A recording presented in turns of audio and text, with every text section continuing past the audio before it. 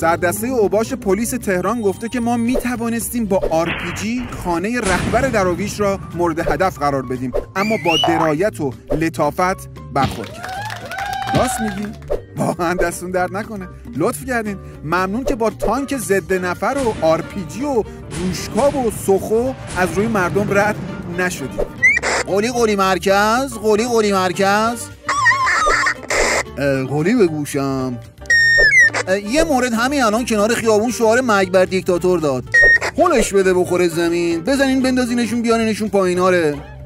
مرکز شدن 2 نفر، یکی دیگه هم از اون ور خیابون شعار داره میده. آره خب پس با گاز اشکاور بزنین بندازیشون بیانشون اینجا، مفهومه؟ اشکاور.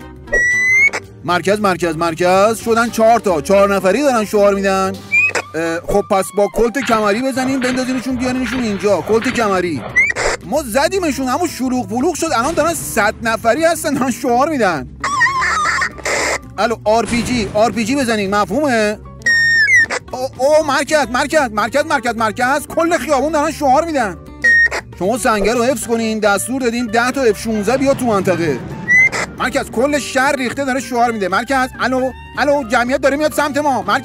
مرکز بلند بگو مرگ بر دیکتاتور. قولی این صدای کی بود؟ شما چرا دارین شعار میدین؟ الو قولی.